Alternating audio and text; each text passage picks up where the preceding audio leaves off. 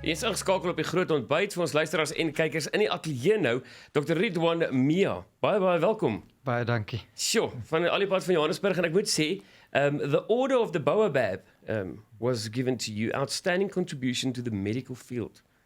How did that feel? It was actually very humbling, I must say. I did whatever work I do as part of a team.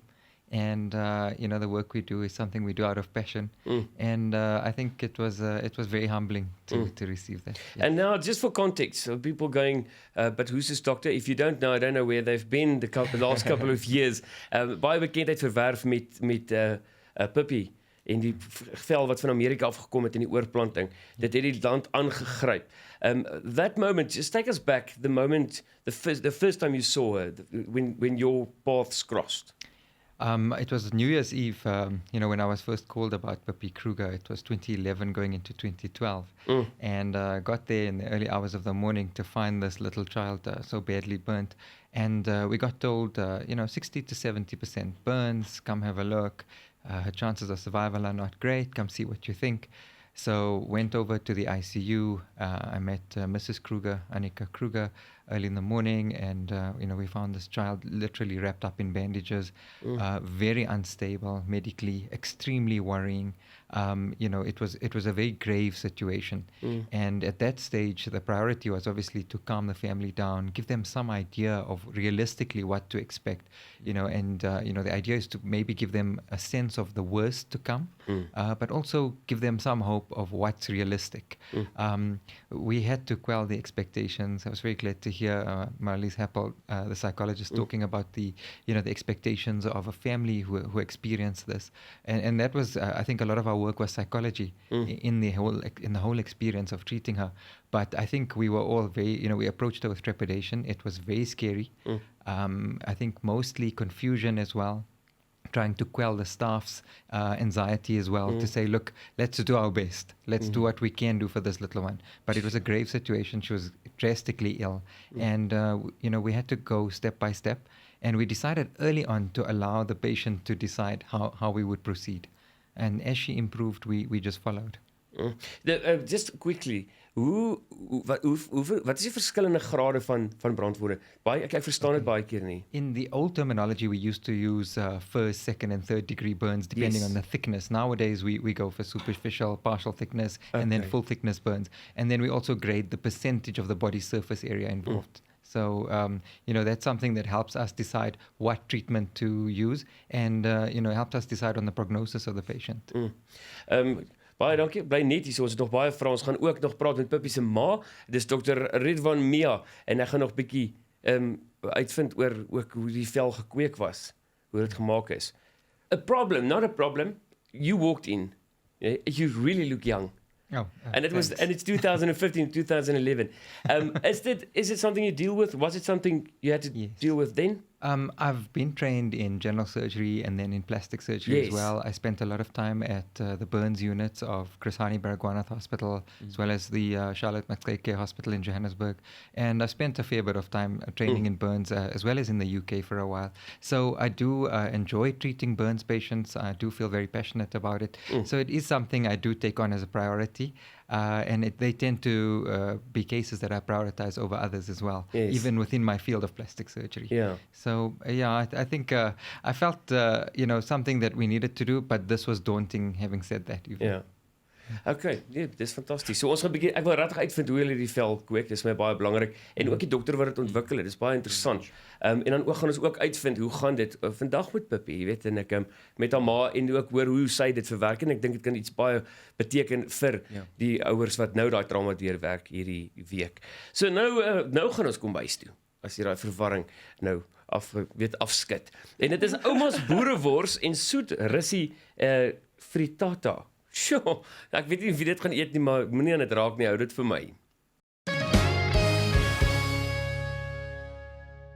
En jy is ingeskakel op die groot ontbyt, ons luisteraars, wat ek wil weet, Elvis Blue, en saam met ons in die ateljee, ons gaan net weer verder met hom gesels, is Dr. Ridwan Mia, en as jy nou nie van Puppy geweet het nie, weet ek nie waar jy is, of was nie, maar ongelooflik, en hierdie week ook, baie mense wat trauma deurgewerk het met kinders wat gebrand het, 'n dogtertjie ook oorlede, ons gesels ook met Puppy se ma, en uit te vind, hoe gaan dit met Pippi en hoe, miskien kan sy net een ding sê wat iemand daar buite help vandag en dan ook meer oor die proses en iets waaroor ek baie passievol is. Ons almal is gewoond aan orgaanskenking, ons weet van orgaanskenking, maar ons weet baie min van weefselskenking. So ek gaan vir Dr. Mia ook 'n bietjie uitvra oor wat jy, as jy jou vel kan skenk, na jy oorlede is ook, wat se verskil kan dit in mense se lewens maak. So dis nog 'n vol program en ons gaan nog 'n bietjie by die bokke ook uitkom, so moet nêrens heen gaan nie.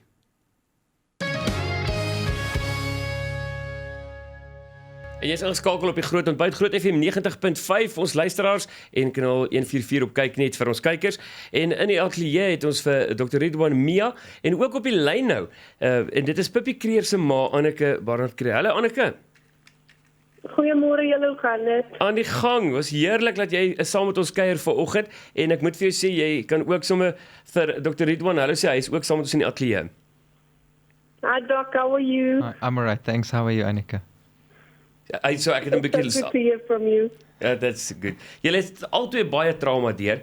Die grootste vraag, eerste vraag vir my is, wat het jou sterk gehou?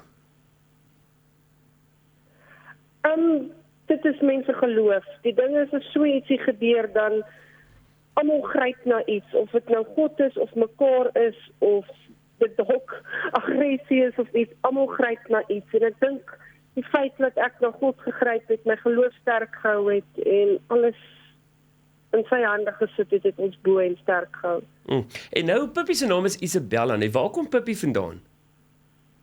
Ek was nog swanger gewees, en toe my sussie uitvind is 'n dogtertjie, het sy gesê, dit gaan 'n regte klein Pippi Langkous wees, die sterkste dogtertjie in die wêreld, en ja, ek dink my Isabella het vir die ander Pippi gewys dat sy regtig die sterkste enetjie is ooit. Nou wil ek by hoor, die trauma wat jy as 'n ouer deurwerk, hulle het vir jou gesê, die oomblik ingestap, 10% om te oorleef. Dis wat jou dogtertjie het. Wat gaan deur 'n ma se kop? Ek gaan nie eers jok as ek sê nie, ek het uitgebars van die lag en vir Dr. Bartlett gesê, hy moet so Pippi gaan toedraai en ek wil haar huis toe vat oor 'n week. Ek glo nie die skok sak ooit regtig in nie, en dan is dit wanneer adrenalien begin inskop, so dan is jy op so 'n rush om net alles perfek te kry en reg te kry, en dan 'n dag daarna, dan sink alles in, en dan moet jy begin saam met almal werk. Dan is dit 'n span wat saamwerk, dan is dit nie net meer jou sê wat saak maak nie, dan moet jy begin luister wat anders sê, en saam planne maak, en ja. Ek wil by jou hoor, het jy traumabehandeling gekry van die begin af?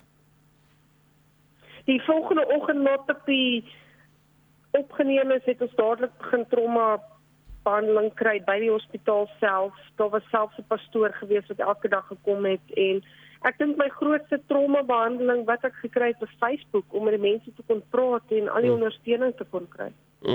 So ek wil by jou hoor ook, die feit dat jy vir jou man ook dadelik gesê het, ek kan nie nou aan ons ander kind aandag gee nie, jy moet nou daai ouer wees. Pippi het my nou nodig. Het julle sterker gegroei?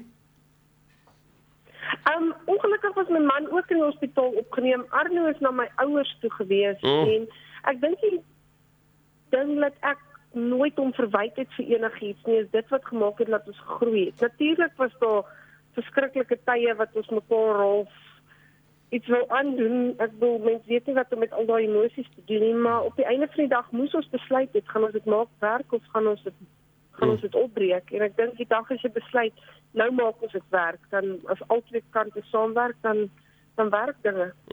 En Dr. Ridwan het ook nou vir my weer herinner dat sy hande het gebrand, jou man se hande.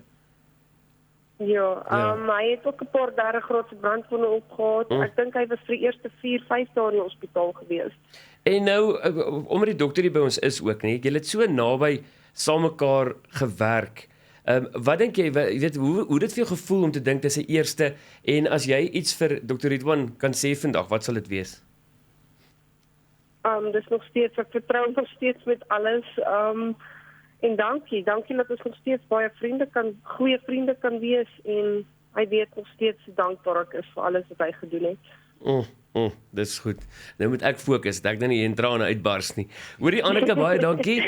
Henry sal vir ons vat verkeerd toe. Ek dink ek is nou 'n bietjie emosioneel. Ja,